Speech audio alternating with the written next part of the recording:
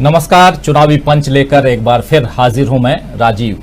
तो 5 राज्यों के विधानसभा चुनाव समाप्त हो गए हैं और उधर उत्तर प्रदेश का जो पंचायत चुनाव चल रहा था वो भी समाप्त हो गया है और 5 राज्यों के विधानसभा चुनाव के परिणाम भी अब हम सबके सामने हैं और पैरेलली उत्तर प्रदेश पंचायत चुनाव के रिजल्ट भी अब समापन की ओर है। मतलब वो उस रिजल्ट की काउंटिंग भी लगभग पूरी होने वाली है। इस बीच दोस्तों हम लगातार आप लोगों तक खबरें पहुंचाते रहे और खासकर विधानसभा चुनाव को लेकर के एक बहुत ही लगभग 45 दिनों की एक गहमा गहमी भरी जो चर्चा होती रही, हर शाम आपके सामने हम लोग लेकर आते रहे। अब बारी है मंत्रिमंडल विस्तार, उसके अलावा नए मुख्यमंत्रियों का शपथ ग्रहण समारोह, ये तमाम खबरें भी आप तक लेकर आएंगे। लेकिन इसी बीच खबरें जो हैं वो आप जान रहे हैं कि देश बदहाल है कोरोना के कारण और इस कोरोना महामारी को लेकर के भी चुनाव आयोग के ऊपर जिस प्रकार हम लोगों ने देखा कि उंगलियां उठती रहीं चुनाव आयोग के ऊपर, खासकर दिल्ली हाई कोर्ट, उससे पहले मद्रास हाई कोर्ट ने जो टिप्पणी की थी और उसके खिलाफ कल ही चुनाव आयोग सुप्रीम कोर्ट भी गया था कि हमारे ऊपर इस ढंग के बयान दिए जा रहे हैं, मीडिया पे भी पाबंदी लगाई, ये तमाम बातें हुई। ये कल की खबर थी, आप लोगों तक आप सब अच्छे से जानते हैं। तो चुनाव आयोग भी घिरा क्योंकि कोरोना की महामारी जो है वो बहुत तेजी से फैली और खासकर 15 अप्रैल के बाद से जिस गति से कोरोना की बीमारी इस देश में फैली और उसके बाद जान गंवाने वालों की संख्या बढ़ने लगी और मरीजों की संख्या भी बढ़ने लगी। एक समय तो ऐसा आ गया कि 4 लाख से ज्यादा मरीज हो गए। लेकिन अभी पिछले 2 दिनों से थोड़ी राहत कह सकते हैं कि संख्या में थोड़ी सी गिरावट है, 3.5 लाख के ऊपर लेकिन है। और ये 3.5 लाख के मरीजों की या उससे ऊपर जो संख्या आ रही है वो 24 घंटे में इतने लोग जो टेस्ट करवा रहे हैं, इतने पॉजिटिव पाए जा रहे हैं। तो एक चिंताजनक स्थिति अभी भी इस देश में बनी हुई है। लेकिन इस बीच चुनाव है, चुनाव की बातें तो जरूरी है और खासकर जब उत्तर प्रदेश में चुनाव हो और कोई भी चुनाव, चाहे वो पंचायत स्तर का चुनाव हो, चाहे वो राज्य स्तर का चुनाव हो, लेकिन चुनाव की बात तो आप लोगों तक रखना जरूरी है, लाजमी है और ये समझना होगा। लेकिन इससे पहले जब कोरोना की हम बात कर रहे हैं तो आज राहुल गांधी ने ट्वीट करके सबसे पहले, क्योंकि पिछले साल राहुल गांधी ने लॉकडाउन को लेकर के कहा था कि ये घातक है, अचानक आनन फानन में लॉकडाउन लगा देना। आज उन्होंने, राहुल गांधी ने लॉकडाउन की सिफारिश की है, लेकिन सिफारिश करते हुए उन्होंने क्या कुछ कहा है पहले उनके इस ट्वीट को देख लेते हैं और उसके बाद चर्चा को और आगे बढ़ाएंगे। तो आइए पहले ट्वीट देखते हैं। ट्वीट ये है राहुल गांधी का कि भारत सरकार समझ नहीं रही है महामारी के प्रसार को रोकने का एकमात्र उपाय संपूर्ण पूर्णबंदी ही है, यानी कि पूरा जो लॉकडाउन है वही है। लेकिन समाज के कुछ तबकों को न्याय योजना का लाभ देने के साथ ही, यानी कि आप जो समाज का जो गरीब तबका है उनको न्याय योजना का लाभ दें, तभी आप लॉकडाउन लगाएं। भारत सरकार का एक्शन न लेना इस वक्त मासूम लोगों को मार रहा है, ये कहना है। लेकिन आज दिन भर जो खबर चली वो यही चली है तमाम मीडिया चैनलों पर कि राहुल गांधी चाहते हैं कि लॉकडाउन लगे। लेकिन राहुल गांधी लॉकडाउन के साथ साथ और क्या चाहते हैं ये किसी ने नहीं दिखाया। इसके साथ साथ इस कोरोना महामारी को लेकर के ये भी कहा गया कि कुंभ भी इसके लिए जिम्मेदार है। हरिद्वार में जो कुंभ का आयोजन हुआ और वो सचमुच जिम्मेदार है, इससे नकारा नहीं जा सकता है। उधर पश्चिम बंगाल में हमने देखा कि चुनाव परिणाम आने के बाद कुछ हिंसा की खबरें आई और उस हिंसा के खिलाफ भड़काऊ बयान हिंसा करने का देने के लिए अभिनेत्री जो है कंगना रनौत, जो कि आप जानते हैं कि फायर ब्रांड अभिनेत्री हो गई हैं और खासकर बीजेपी के लिए, उनका ट्विटर अकाउंट सस्पेंड कर दिया गया है। और क्योंकि उन्होंने ट्विटर पर बहुत ही भड़काऊ किस्म की टिप्पणी लिखी थी, बयान दिया था और उसके बाद में एक वीडियो भी शेयर किया था। इसके कारण कंगना रनौत अब ट्विटर से सस्पेंड हो गई हैं।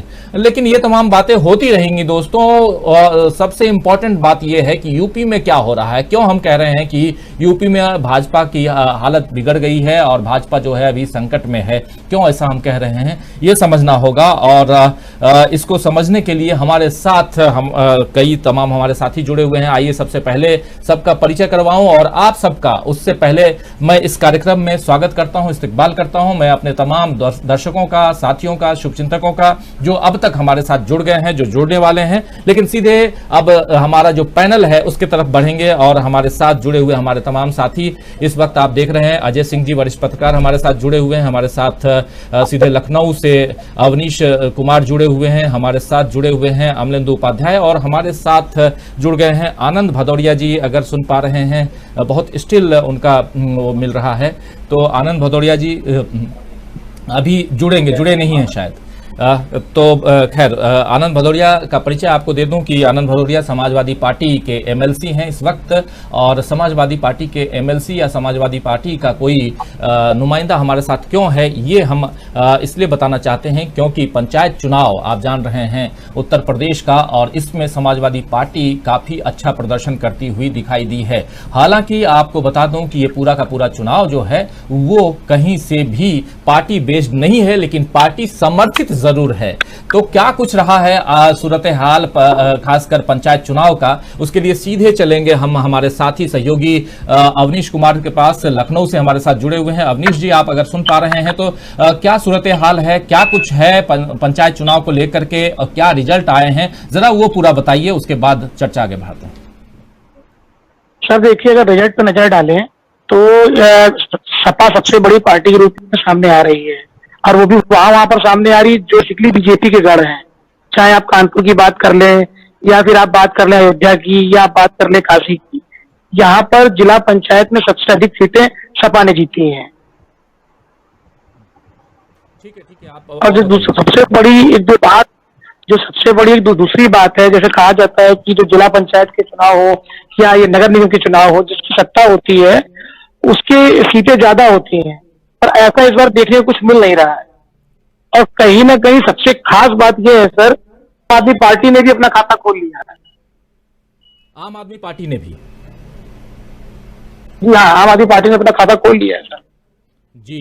तो एक चीज ये बताइए अवनीश जी की ओवरऑल क्या काउंटिंग पूरी हो गई? सर अपने बिल्कुल लास्ट चरण पर है काउंटिंग, और आधे पौन घंटे की काउंटिंग और बची है, जिसमें बड़ी पार्टी के रूप में बीजेपी और सपा ही है, और तीसरे नंबर पर बीएसपी है। बीजेपी सपा सबसे बड़ी पार्टी, तीसरे नंबर पर बीएसपी, जैसा बता रहे हैं अवनीश कुमार हमारे साथ, हमारे सहयोगी सीधे लखनऊ से जुड़े हुए हैं। लेकिन मैं ये भी जानना चाहूंगा कि कांग्रेस का क्या हाल है, क्योंकि प्रियंका गांधी वहां की प्रभारी हैं और लगातार मेहनत कर रही हैं। कांग्रेस का क्या हाल है ओवरऑल? सर कांग्रेस को तो आप ये मान के चलिए कि संजीवनी मिली है, लेकिन उसकी सफलता हाथ नहीं लगी है। संजीवनी मिली है, मुख्य कारण ये है सर, आप ये मान के चलिए जो सीधी लड़ाई है जिला अध्यक्ष, जिला पंचायत अध्यक्ष की, वो भाजपा और सपा के बीच है।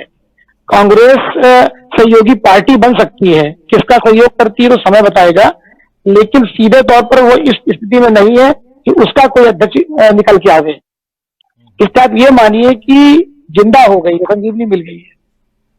तो कांग्रेस के लिए ये माना जाए, जैसा कह रहे हैं अवनीश, कि कांग्रेस जो है वो जिंदा हो गई है, और लेकिन सबसे बड़ी पार्टी के रूप में जैसा बता रहे हैं अवनीश की समाजवादी पार्टी उभर कर आई है, और इस वक्त हमारे साथ जुड़ गए हैं आनंद भदौरिया जी भी जुड़ गए हैं हमारे साथ। आनंद जी, आपका बहुत बहुत स्वागत है इस कार्यक्रम में।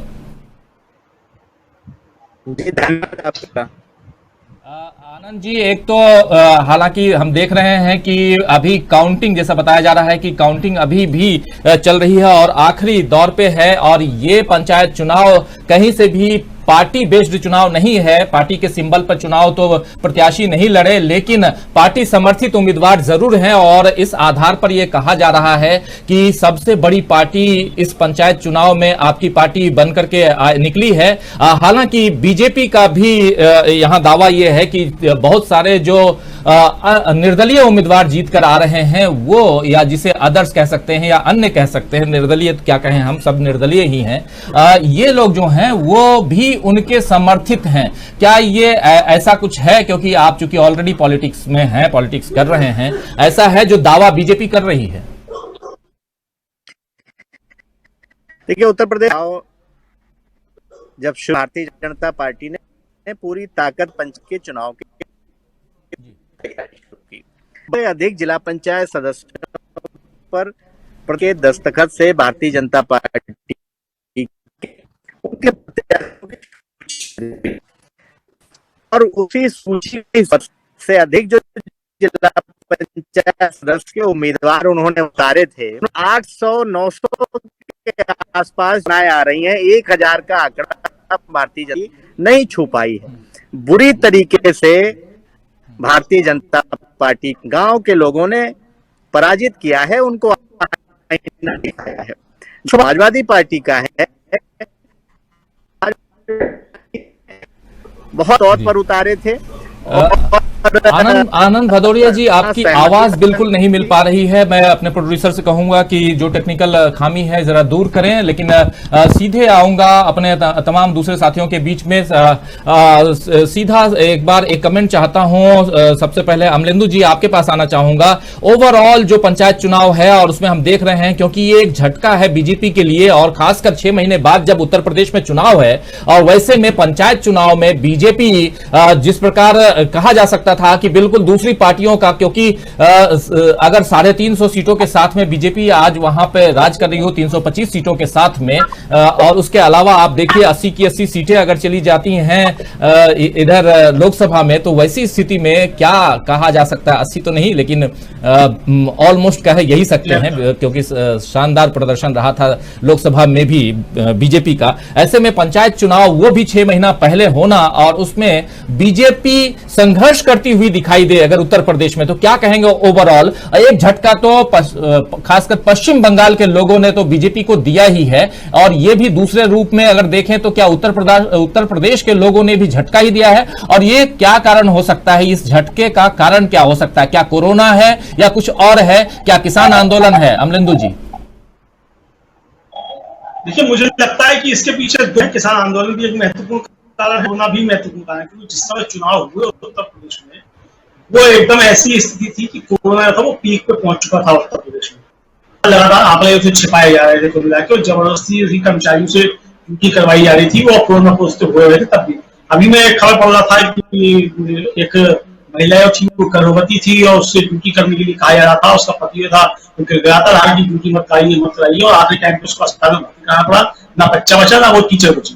तो ये स्थितियां ये थी। ऐसे में जो एक रोष जो था वो भारतीय जनता पार्टी के प्रति जो था वो जनता में उभर करके आया है निश्चित तौर पे। और जो सीटें भाजपा जीती भी है, वो सीटें जो है वो कहा जाए कि एकदम फेयर इलेक्शन में नहीं जीती है।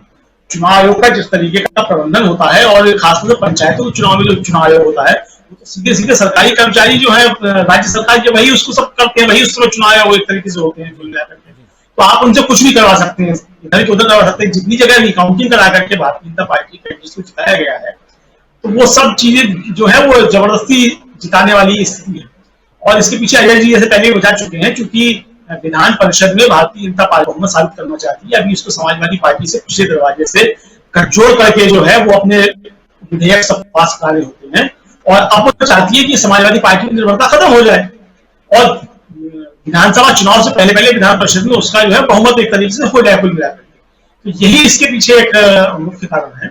जी अमलेंदु जी, अब सीधे आना चाहूंगा अजय जी आपके पास में। और जैसा आपसे पहले भी बात हो रही थी, तो आपने अजय जी आपने बताया था, अजय जी को भी स्क्रीन पे ले आइए, ये बताया था कि ओवरऑल हम जब देख रहे हैं कि यहाँ के जो उत्तर प्रदेश का अजय जी जो पंचायत चुनाव है, इसमें खासकर जो बड़े ऐसे शहर, खासकर कहे तो अयोध्या, मथुरा, काशी, इन सब जगह पर बीजेपी बिल्कुल साफ हो गई है। ये तो उत्तर प्रदेश के लिए जो हिंदुत्व कार्ड खेलती हुई बीजेपी आती रही है, और ऐसे जगहों पे जब अयोध्या के बाद जब कह रहे थे कि अब तो मथुरा और काशी का नंबर है, अयोध्या ने भी आपको नकार दिया, धुतकार दिया, आपको काशी ने भी नकार दिया, और अब तो आपको मथुरा ने भी नकार दिया। और कई ऐसे, न सिर्फ इतना, जैसे अवनीश बता भी रहे थे कि बड़े शहर और खासकर कानपुर जो संघ का एक गढ़ कहा जाता है उत्तर प्रदेश में, वहां भी बीजेपी को झटका लगा है। तो ऐसे बड़े बड़े शहरों से अगर बीजेपी को झटका लगा है, तो इसे किस रूप में देखते हैं अजय जी? और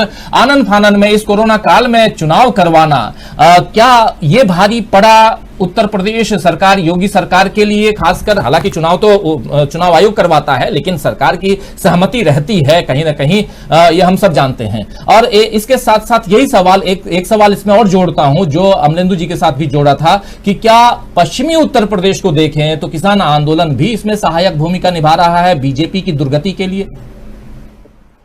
देखिए, जहां तक किसान आंदोलन की बात है, ये सिर्फ किसान आंदोलन से ही मतलब नहीं है। किसान आंदोलन का तो बहुत ज्यादा फर्क है ही है, और वो पश्चिम और पूर्व में बटा हुआ नहीं है। अगर आप पूर्वांचल में भी देखेंगे तो बीजेपी को कहीं भी जो है बढ़त मिली हो ऐसा नहीं दिखता। आप देखिए, कुशीनगर जैसे इलाके में जो तो बिल्कुल ही मतलब एक साइड का जिला है, इवन गोरखपुर में जो है बुरा हाल है, जहां जो मुख्यमंत्री का खुद का जिला है, और जो इनके 4-5 जो मुख्य गढ़ है, जैसे कि जो कहते हैं ना हिंदुत्व की फैक्ट्रियां, वो चाहे वो काशी हो, अयोध्या हो, आपका मथुरा हो, प्रयागराज हो, इन चारों जगहों पे जो है इनको मात मिली है। और उसके अलावा इवन ये तो चलिए उनकी बातें हो गई। मैं आपको बताऊं कि लखनऊ, जहां पर वो पूरा सरकार का अमला बैठा हुआ है, वहां भी उनको जो है 25 में से मुश्किल से 2 या 3 सीटें मिली है।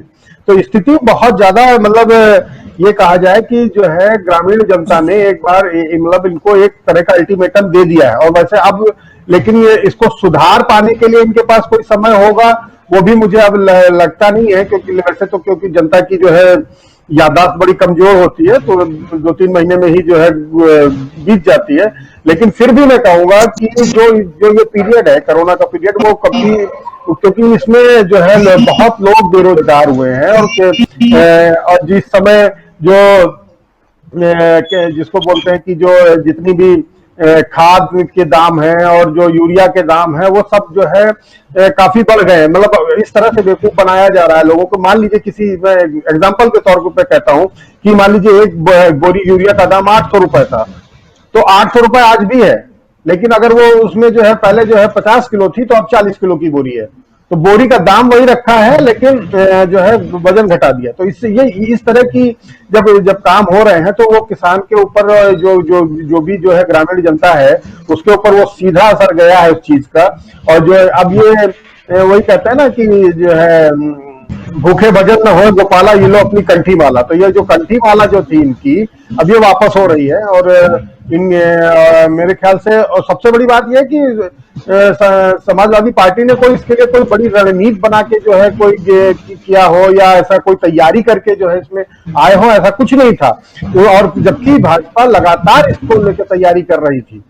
जी अजय जी, समाजवादी पार्टी से हमारे साथ जुड़े हुए हैं, समाजवादी पार्टी से एमएलसी आनंद भदौरिया जी हमारे साथ फिर से जुड़ गए हैं। और जैसा आप अभी बता रहे हैं अजय जी कि समाजवादी पार्टी ने इसके लिए कोई तैयारी नहीं की थी, लेकिन बीजेपी जबरदस्त तैयारी में थी इस चुनाव को लेकर के। तो ये सवाल इन्हीं से पूछ लेते हैं। आनंद जी, एक बार फिर से आपका स्वागत है इस कार्यक्रम में। हालांकि कनेक्टिविटी काफी कमजोर है, लेकिन फिर भी हम चाहेंगे कि किसी तरह आपकी ये बात जो है वो हमारे दर्शकों तक पहुंचे। आज आपकी पार्टी फिर से ऐसा लग रहा है कि इस पंचायत चुनाव के दम पर फिर से खड़ी होती हुई दिखाई दे रही है। और जैसा अभी हमारे साथी अजय सिंह जी बता रहे हैं कि समाजवादी पार्टी ने इसके लिए कोई तैयारी नहीं की थी और तैयारी की थी बीजेपी ने। लेकिन क्या जनता अब बीजेपी से परेशान हो चुकी है और बीजेपी को अब नकारना चाहती है? क्योंकि आप राजनेता हैं और आप लोगों के पास खबरें आती होंगी, आपको क्या लगता है कि ओवरऑल अब एक विकल्प के रूप में समाजवादी पार्टी फिर से खड़ी हो रही है उत्तर प्रदेश की धरती पर? सोनभद्र से लेकर पंचायत चुनाव में भारतीय बड़ा साफ हुआ है। जहां तक सवाल समाजवादी का है, समाजवादी पार्टी हर समय तैयार रहने वाली पार्टी है। खबर समाजवादी पार्टी गांव गरीब किसानों के बीच में काम करती है। हमारा मजबूत संगठन है और पार्टी पूरी मजबूती के साथ पंचायत लड़ी है। वही कोशिश लोगों ने, हम लोगों का आपस में सामंजस्य हो गया था, और जहां कोई कंट्रोवर्सी थी कार्यकर्ताओं में, वहां खुला मैदान छोड़ा गया था। वही जो आपको निर्दलीय की संख्या दिख रही है, उसमें बड़ी तादाद में जो जीत करके आए हैं वो समाजवादी पार्टी के लोग हैं। जहां तक भारतीय जनता पार्टी का सवाल है, भारतीय पार्टी ने सभी सीटों पर उम्मीदवार किए थे। भारतीय जनता पार्टी के प्रदेश अध्यक्ष ने अपने दस्तखत से घोषित किए थे और 900 के आस जो भी सूचनाएं आ रही हैं, पार्टी को सीटें मिली हैं। बुरी गांव के लोगों ने उन्हें आने का काम किया है, क्योंकि हर मोर्चे पर भारतीय जनता फल रही है। आज किसान वो परेशान है, नौजवान वो परेशान है, समाज का हर एक तबका भारतीय जनता पार्टी की हुकूमत से त्रस्त उत्तर प्रदेश में। आपने देखा कोरोना काल में आज अस्पताल में न दवाई नहीं है, ऑक्सीजन का इंतजाम है। अगर कोई बीमार हो जाता है, बीमारी से ज्यादा उसको ये डर लगता है कि हम एडमिट डॉक्टर को न पकड़ाएंगे। भारतीय जनता पार्टी बुरी तरह फेल हुई है इस कोरोना काल के अंदर। इसलिए हम आपसे कहना चाहते हैं, आज चुनाव में ने साबित कर दिया है, अब समय नहीं बचा है। 6 महीने बाद उत्तर प्रदेश के चुनाव के विधानसभा चुनाव डिक्लेयर हो जा रहे हैं और समाजवादी पार्टी अपने नेता माननीय अखिलेश यादव जी के नेतृत्व में एक बार फिर से 2/3 जी आनंद जी, बहुत धन्यवाद। एक्चुअली आपकी आवाज बिल्कुल नहीं आ रही है और बहुत कट के आ रही है। फिर से मैं कहूंगा कि इसमें क्या गड़बड़ी है, जरा देखें। लेकिन बहुत धन्यवाद कि आप हमारे साथ जुड़े, आपने समय दिया और हम लोग यही चर्चा कर रहे हैं अभी कि आखिर समाजवादी पार्टी की क्या रणनीति है आने वाले चुनाव को लेकर भी दोस्तों, और साथ साथ ये भी हम चर्चा कर रहे हैं कि बीजेपी को पटखनी देने के लिए क्या समाजवादी पार्टी तैयार है मजबूती के साथ में। एक बार अवनीश जी आपके पास आना चाहूंगा। ओवरऑल जब हम लोग अलग अलग जगहों की बात कर रहे हैं कि कहां ये पंचायत चुनाव, दोस्तों आपको बता दूं कि क्यों इंपॉर्टेंट है। इसलिए है क्योंकि ये लिटमस टेस्ट कहें या सेमीफाइनल कहें, ये चुनाव से पहले जो अब पश्चिम बंगाल का चुनाव, उसके अलावा 4 अन्य राज्यों के चुनाव समाप्त हो गए हैं और अब जो आगे बारी है वो है फिर से विधानसभा चुनाव, जो 6 महीने बाद, जिसकी यानी कि 2022 के शुरुआत में ही जनवरी तक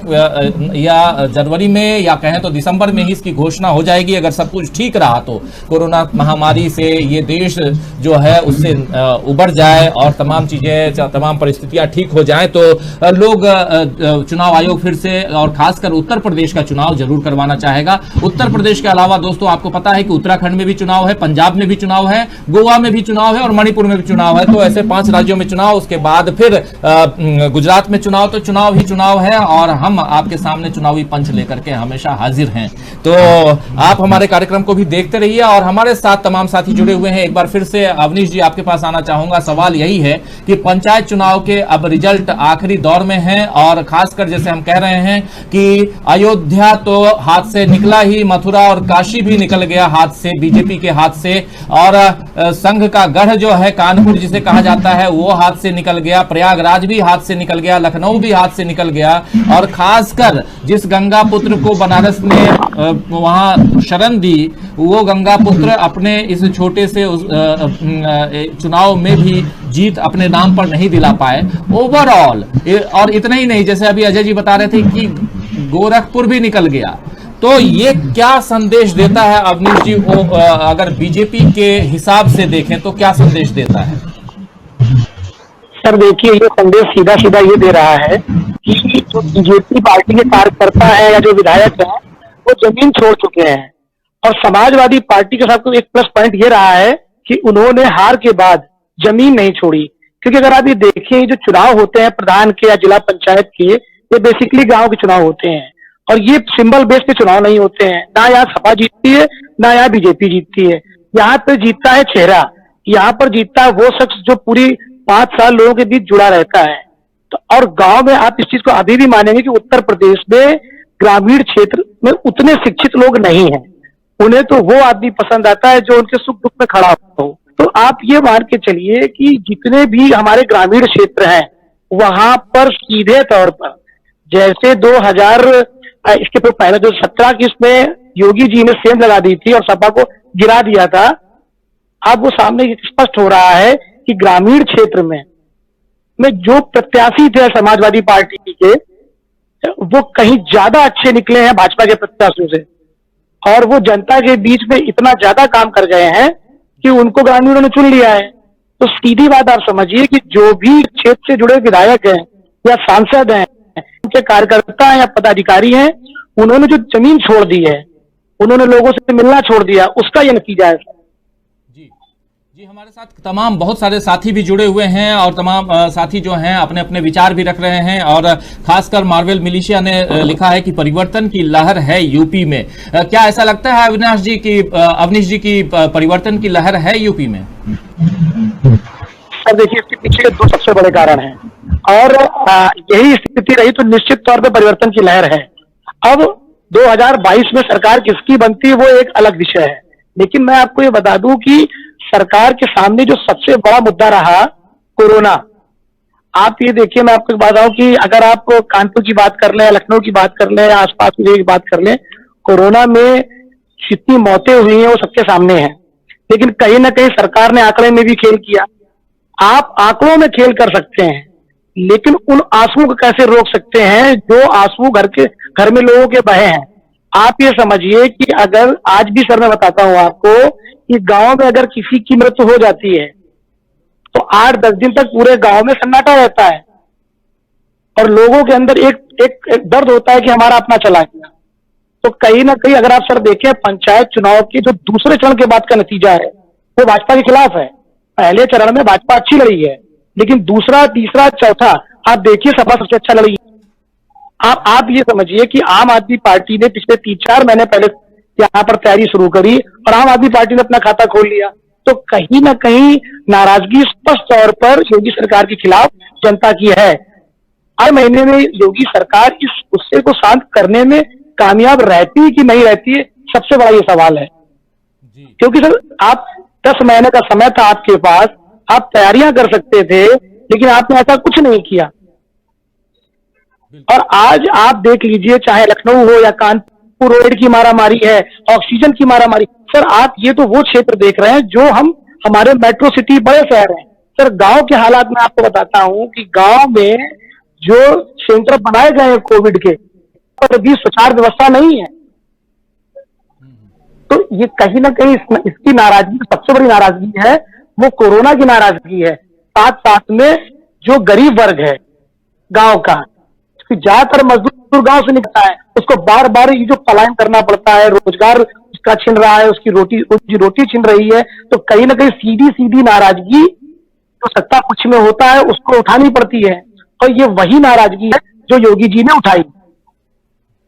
बिल्कुल अवनीश, आप हमारे साथ बने रहिए। दोस्तों, ये हैं अवनीश कुमार हमारे साथ सीधे जुड़े हुए हैं लखनऊ से, हमारे सहयोगी, और बता रहे हैं सूरत हाल की क्या कुछ हो रहा है और इस पंचायत चुनाव में भाजपा को कहां मात खानी पड़ी और किस लिए मात खानी पड़ी। और सबसे बड़ी बात यह है कि आम आदमी पार्टी ने भी खाता खोल लिया है आम आदमी। और जैसा आप जानते हैं कि ये चुनाव जो पंचायत चुनाव है किसी पार्टी विशेष पर नहीं है, लेकिन पार्टी समर्थित उम्मीदवार मैदान में थे और इस आधार पर यह माना जा रहा है कि हाँ, किसने खाता खोला, किसकी कितनी सीटें आ रही हैं, और अभी भी काउंटिंग जारी है। लेकिन जिस आधार पे हम बात कर रहे हैं उस आधार पे कि अब तक लगभग 95% से ज्यादा काउंटिंग संपन्न हो चुकी है। और कई जगह, जैसे हमारे कई साथी लिख भी रहे हैं कि समाजवादी पार्टी के लोग जीते हैं लेकिन उन्हें चुनाव आयोग प्रमाण पत्र नहीं दे रहा है, ऐसी खबरें भी आ रही हैं। तो ये ऐसी खबरें दिन भर से, और कल भी ऐसी खबर आई थी, तो अलग अलग जगहों से आ रही हैं। अखिलेश यादव लिख रहे हैं कि गाजीपुर से अब भी अखिलेश जिताते रहेंगे। अली अब्बास भी हैं, फिर कपूर सिंह भी हमारे साथ जुड़े हुए हैं। अली अब्बास लिख रहे हैं ईवीएम हटाओ देश बचाओ। ईवीएम की बात है, यहाँ एक बात और इंपॉर्टेंट बात है कि ये चुनाव जो है ये ईवीएम से नहीं संपन्न कराया गया है, बल्कि अगर मैं सही हूं अवनीश जी और हमारे दोनों साथी, ये बैलेट पेपर पे ये चुनाव हुआ है और शायद बैलेट पेपर के कारण भी बीजेपी को मात खानी पड़ रही है। क्या यहाँ पे अमलेंदु जी क्या कहेंगे? अमलेंदु जी, आपके पास आना चाहूंगा। हाँ, निश्चित तौर पर देखिए, मशीनें जो है वो भारतीय जनता पार्टी की मशीन से भी है, मशीनों से उसकी दोस्ती है। प्रधानमंत्री सन 88 में ईमेल का इस्तेमाल करते थे, तो जब इतना सब कुछ है तो फिर मशीनों से दोस्ती तो भारतीय जनता पार्टी की होगी। और इसलिए जो है ये चुनाव जो है मशीनों से नहीं आवाज थोड़ा ठीक करो कीजिए। और इस बीच अजय जी, आपके पास आना चाहूंगा। क्या बैलेट पेपर से चुनाव कराना भारी पड़ गया उत्तर प्रदेश पंचायत चुनाव में अजय जी, इनके लिए, बीजेपी के लिए? बीजेपी के लिए अगर बैलेट और ईवीएम की बात करें तो जितने भी जो निकाय चुनाव हुए हैं, जहां भी हुए हैं, और जो ईवीएम से नहीं हुए हैं, बैलेट से हुए, वहां सब जगह बीजेपी हारी है। ये एक संयोग भी हो सकता है, मैं इसको अभी जो है ईवीएम के जो उस पर सवाल नहीं करूंगा, लेकिन मैं ये जरूर कहना चाहता हूं कि जो है ये मतलब इनको हमने तो लगा, ये उत्तर प्रदेश का ही मैं रहने वाला हूं, उत्तर प्रदेश की इस पंचायत राजनीति को तो मैंने हमेशा देखा है, बहुत करीब से देखा है, और हमेशा जो है इसमें पल्ला उन्हीं का भारी रहा है जिनकी जो है मौजूदा सरकार रही हो। लेकिन सरकार के खिलाफ इस तरह से पंचायत चुनावों में जो है इस तरह का जो है रिजल्ट देखना, ये पहली बार मुझे दिख रहा है। मैं अपनी जानकारी के हिसाब से बता रहा हूं, हो सकता है पहले कभी हुआ हो, लेकिन मेरी जानकारी में ऐसा कभी नहीं हुआ कि जो है वो स्थानीय निकाय के जो विधान परिषद के चुनाव होते हैं वो, और ये जिला पंचायतों के जो चुनाव होते हैं, ये दोनों ही चुनाव जो है ये सत्ता पक्ष के होते हैं। और जो अगर सत्ता पक्ष कहीं भी कमजोर पड़ता है, या मान लीजिए जिला पंचायत और 75 जिला पंचायतों में अगर ये जो है जिला पंचायत अध्यक्ष की जो बात आएगी, तो इनमें जो है जिला पंचायत सदस्यों की खरीद फरोख्त भी खूब होती है। मैं ये बता दूं कि कुछ तो जिला पंचायत सदस्य जो है मतलब वो जो जीत जाते हैं उसके लिए यही लगते हैं कि 10 लाख लगाएंगे तो जो है 25 लाख में हम बिकेंगे। मैं ये बिल्कुल खुले तौर पर कह रहा हूँ, ऐसा हमेशा होता रहा है। मैंने इवन तो बाराबंकी का रहने वाला हूं, मैंने बाराबंकी में भी इस चीज को कई 2 बार तो मैंने स्वयं खुद देखा है कि जो है जिला पंचायत सदस्यों की जो है खरीद फरोख्त के बिना जो है जिला पंचायत अध्यक्ष नहीं बनते। हाँ, वही इसलिए मैंने इस बात का जिक्र इसलिए किया कि देखिए कि अब जो है जो ये 1000 से ऊपर जो है निर्दलीय जो जीते हैं, या इसमें मान के चलिए कि करीब आधे जो है वो भाजपा समर्थित होंगे, भाजपा समर्थित या भाजपा आइडियोलॉजी के साथ होंगे, और लेकिन करीब आधे जो है वो उसके समाजवादी पार्टी के साथ होंगे। तो ये मान के चलिए कि अब स्थिति जो है, अगर मान लीजिए ये सारी खरीद फरोख्त हो भी जाती है, लेकिन उसके बाद भी स्थिति यही बनेगी। आप देखिएगा कि जितने भी जिला पंचायत जो है अध्यक्ष बनेंगे, वो उसमें जो है काफी लंबी खरीद फरोख्त होगी। बीजेपी को बहुत पैसा जो है लुटाना पड़ेगा, बिना पैसा लुटाए इनको अध्यक्ष पद के जो है नहीं मिलेंगे, क्योंकि जो आप जो अभी की स्थिति देख रहे हैं 750 जिला पंचायत सदस्य हैं, लेकिन वो बिखरे हुए इन द सेंस कि कहीं बहुत कम जिले हैं जहां पर ये लीडिंग पोजीशन में है, जहां पर ये दावा कर सकते हैं कि चलो भाई मान लीजिए कहीं 40 सीट है, जीतने अध्यक्ष बनाने के लिए 21 सीटें चाहिए, लेकिन इनके पास 6 है, 7 है, 5 है, 4 है, 3 है, 2 है, इस तरह की स्थिति है। तो ये जो जब आप ये देख लीजिए कि 75 में अगर 750 तो एवरेज ही 10 का है। तो और बड़ी जो है जिला पंचायतें भी है जहां 80 से लेकर 85 जिला पंचायत सदस्यों की भी संख्या है। तो ऐसी स्थिति में अब जैसे मैं एक उदाहरण के तौर पर कहता हूं कि अयोध्या इनकी जहां पर इनका राम मंदिर बन रहा है, जहां की जिसको लेके यहां से जय श्री राम और पूरा जो है बंगाल पलटने चले गए थे, और जहां जिस तरह से ये योगी जी ने वहां सब जगह जो है राम मंदिर का हवाला दिया था। और इसमें बड़ी अच्छी बात यह भी है कि जिन जिन जगहों पे जो है ये वहां सब जगह जो है वो हार गए, क्योंकि उन्होंने एक चीज और बोली ना कि हम जो है बंगाल को यूपी बना देंगे, तो यूपी कोई नहीं बनना चाहता भाई। तो ये भी दिक्कत रही थोड़ी। तो मैं इससे भी इतना कहना चाहता हूँ कि जो अब हॉर्स ट्रेडिंग आपको अच्छे से देखने को मिलेगी, और क्योंकि सबसे बड़ा नुकसान ये हुआ है कि सत्ता पक्ष में होते हुए भी सत्ता पक्ष के लोगों को के जिला पंचायत सदस्य नहीं जीत पाए हैं। ये एक बहुत बड़ा झटका है। अगर यही ट्रेंड रहा तो आप ये मान के चलिए कि शहरों में तो हो सकता है कि जो है अगर 75 शहर है तो 75 शहरों में की मैं एवरेज 2 सीटें मान लूं तो जो है आज की स्थिति में मैक्सिमम की तरफ मैं इशारा कर रहा हूं कि जो है भारतीय जनता पार्टी 150 सीट से। लेकिन उसके अलावा गोरखपुर, कानपुर, प्रयागराज, तमाम बड़े शहरों को लूज करना बीजेपी के लिए यह क्या मायने रखता है, ये समझने वाली बात है। साथ साथ दो सवाल और, खासकर जब पश्चिमी उत्तर प्रदेश हम आते हैं, अमलेंदु जी आपकी आवाज आप बता रहे हैं मुझे कि ठीक हो गई है, तो आपसे जानना चाहूंगा कि जब हम पश्चिमी उत्तर प्रदेश की तरफ बढ़ते हैं तो किसान आंदोलन के दौरान हमने देखा, और खासकर जब महापंचायतों का दौर आया किसान आंदोलन में, और जब सब अलग अलग जगहों पे जाकर के, और पहली बार हमने देखा कि पंचायतों के जरिए और इस किसान आंदोलन के जरिए पश्चिमी उत्तर प्रदेश में जाटों और मुसलमानों के बीच जो खाई थी वो अब समाप्त हो गई है, मतलब अब दोनों में दोस्ती हो गई है। क्या ये एक समीकरण जिसे मैं बराबर देखता रहा किसान आंदोलन के वक्त, और ये समीकरण भी अभी कहीं दिखाई दिया इस चुनाव के बीच, इस खासकर पंचायत चुनाव के बीच, क्योंकि यहां भी बीजेपी की हालत बहुत खराब है? देखिए, निश्चित तौर पे यहाँ तो ये दिखाई पश्चिमी उत्तर प्रदेश में जाटों का और मुसलमानों का जो गठबंधन हुआ वो निश्चित तौर पर दिखाई दिया। इसका असर भी जो है वो इस पंचायत चुनाव पे दिखाई दिया निश्चित तौर पर।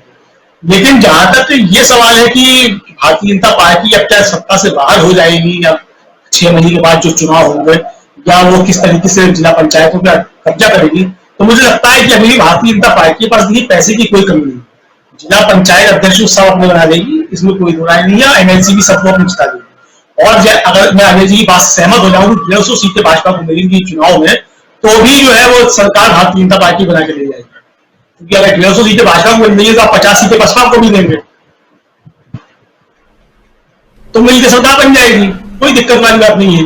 और कुल मिला के जो स्थिति है आज, आप जो देखिए, मतलब भाजपा की जो गढ़ है वहां भाजपा है तो ठीक है, लेकिन जो सपा के गढ़ है वहां भाजपा जीती है, वहां सपा हारी है, ये भी देखने वाली चीज है। अब जैसे बदायूं समाजवादी पार्टी के जो अध्यक्ष है अखिलेश यादव, उनके चले भाई है धर्मेंद्र यादव, उनका गढ़ है, वहां से वो एमपी रहे हैं, पिछला चुनाव हार गए थे कुछ वोटों से।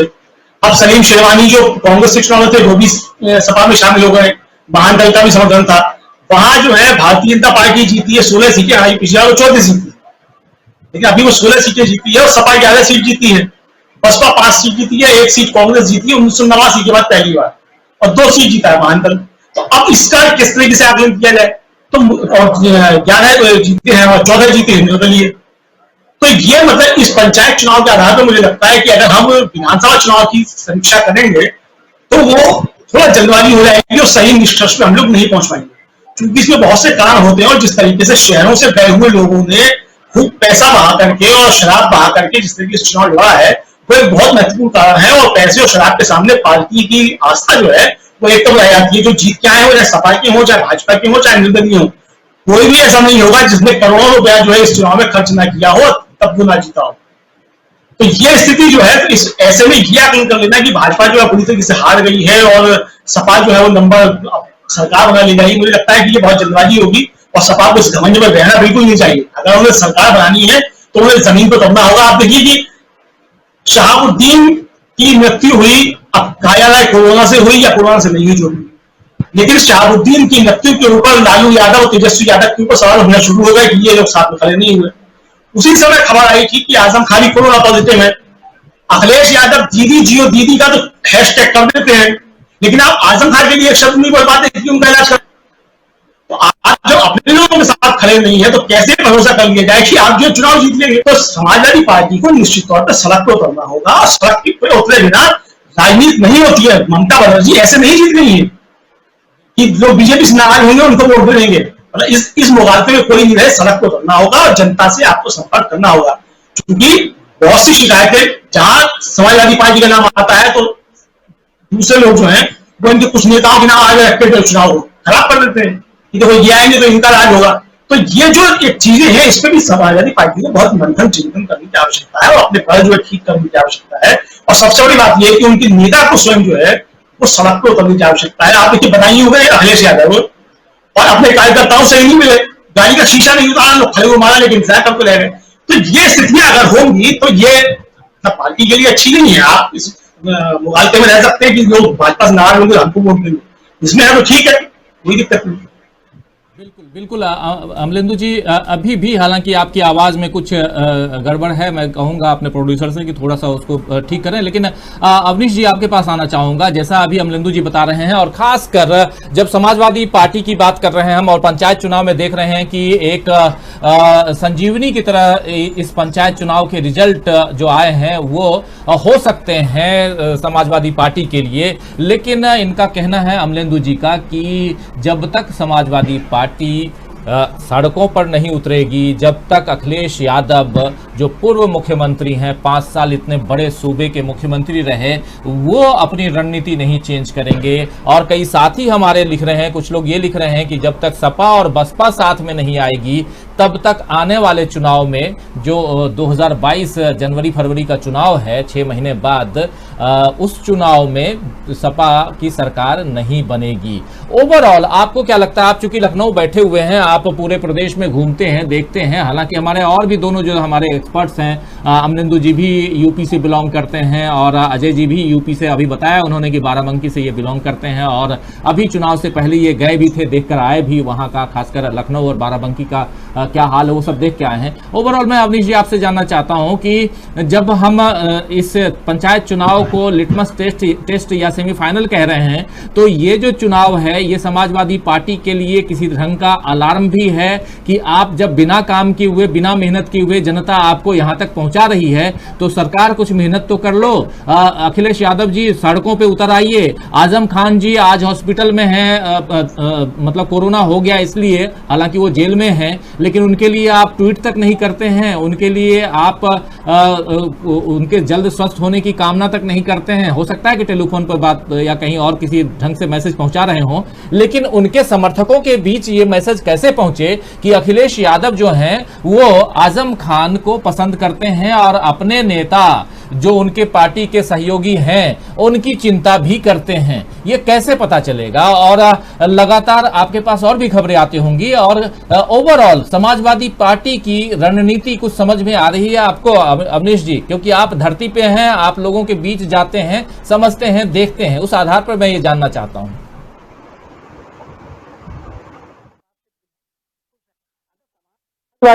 ये कि इस पंचायत चुनाव उस 2022 का चुनाव आधा जीत लिया थी, उसकी बहुत बड़ी भूल है।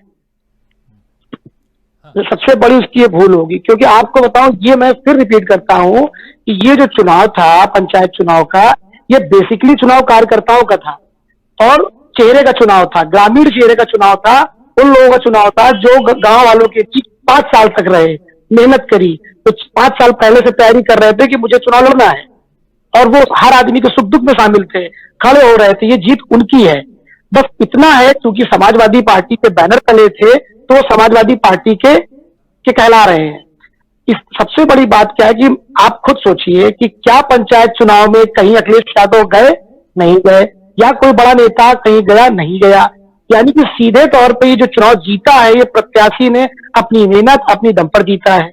इसको लेके अगर आप जोड़ें कि 2022 में अखिलेश यादव जी सरकार बना रहे हैं, तो ये कहना गलत होगा अभी कि, क्योंकि अब अगर उन्हें 2022 के चुनाव में सरकार बनानी है तो उससे इनको थोड़ी हिम्मत मिल सकती है कि हाँ, हम पंचायत चुनाव में हमने अच्छा काम किया, हमारे कार्यकर्ताओं ने बहुत अच्छा काम किया, लेकिन कारों के साथ अब उनको भी जमीन पर आना पड़ेगा। आप किसी मुद्दे की बात कर ले, मैं किसी का नाम नहीं लूंगा, मैं ये भी नहीं कहूंगा कि वो आजम खान जी से बात करते हैं कि नहीं करते हैं, लेकिन आप मुझे ये बताइए कि पूरे कोरोना काल में या किसी भी बड़े मुद्दे पर कोई बड़ा नेता जमीन पर उतर के प्रदर्शन करने या किसी काम के लिए आगे आया? ट्वीट करके ही अगर राजनीति चलानी है तब तो हम लोग भी कर सकते हैं।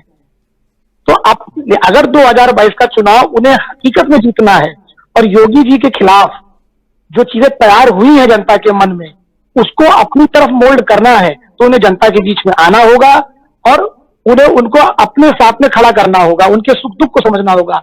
ट्वीट पर बैठकर ट्विटर कर सुख दुख बांटना मेरे हिसाब से अभी ये कहना ठीक नहीं होगा कि सपा सरकार बना रही है, कितनी सीटें मिल रही हैं, क्योंकि अगर आप ये देखें तो मुझे तो लगता है कि अगर ऐसे आप देखें तो कई गुना ज्यादा मेहनत तो संजय सिंह कर रहे हैं, आम आदमी पार्टी सरकार पर सीधा हमला बोलते हैं, ऐसा लगता है, जबकि आम आदमी पार्टी विपक्ष में नहीं है उत्तर प्रदेश में, उसके बावजूद लगता है कि वो सीधे सीधे विपक्ष में बैठे हैं उत्तर प्रदेश।